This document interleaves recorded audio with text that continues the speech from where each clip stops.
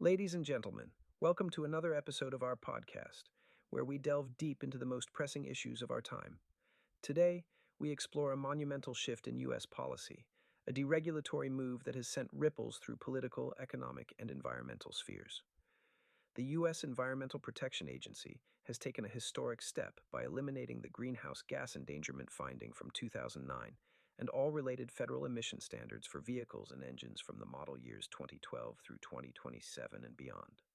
This decision, announced with great fanfare beside the president in the White House's Roosevelt room, marks the largest deregulatory action in American history, with projected savings of over $1.3 trillion for taxpayers. This action is not merely a policy adjustment. It represents a fundamental shift in the regulatory landscape that has governed the automotive sector for decades. To understand the gravity of this decision, we must first consider the origins of the Greenhouse Gas Endangerment Finding. Established under the Obama administration, it classified greenhouse gases as pollutants under the Clean Air Act. This classification set the stage for stringent fuel economy standards and emission caps that have significantly influenced the global auto industry.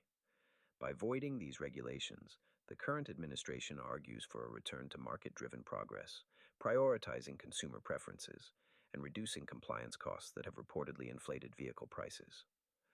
Proponents of this deregulatory move hail it as a liberation from what they see as overreaching federal mandates that hindered innovation and imposed financial burdens on both consumers and manufacturers. This perspective sees deregulation as a catalyst for economic expansion, especially in a climate of ongoing trade tensions and market fluctuations. The recent rally in the stock market, sparked by a temporary rollback of tariffs on Chinese goods, underscores this notion of economic liberation. For automakers, this deregulation could translate into billions of dollars in flexibility, potentially accelerating the production of more affordable vehicles and stimulating job growth in manufacturing hubs across America. Critics, however, express profound concerns about the potential environmental repercussions. The rollback of these standards may result in heightened air pollution and a reversal of hard-won climate gains. Yet supporters maintain that technological advancement will persist voluntarily without the need for government mandates. This argument suggests that innovation, driven by consumer demand and market forces, can achieve environmental goals without regulatory compulsion.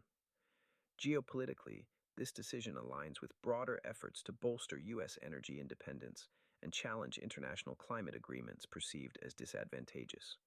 In a world where tensions in the Middle East remain a constant undercurrent, highlighted by U.S.-led efforts in the Strait of Hormuz and Saudi Arabia's restoration of its vital oil pipeline, this deregulation could indirectly support fossil fuel interests by reducing pressures on domestic oil and gas integration into transportation.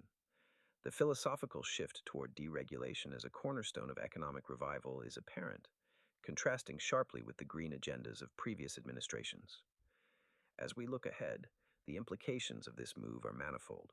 Consumers might benefit from lower vehicle prices and a wider array of choices, from more powerful engines to personalized features, no longer constrained by federal specifications. The auto industry could see a repatriation of supply chains that had been pressed by stringent rules. Yet, states with their own stricter standards may find themselves in legal skirmishes over preemption, potentially setting the stage for protracted battles in the courts.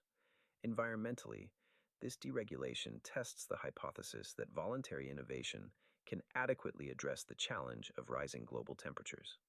Its outcome could influence international climate negotiations and reshape global environmental strategies. Politically, the move cements the administration's legacy of bold reversals, energizing its supporters while galvanizing opposition as we edge closer to future elections.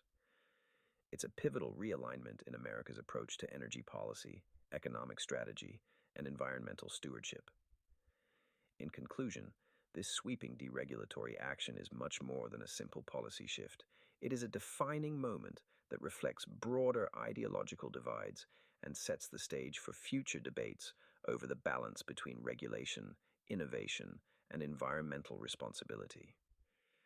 As we continue to navigate these complex issues, the conversations sparked by this decision will undoubtedly shape the discourse on how best to marry economic vitality with ecological sustainability in the years to come.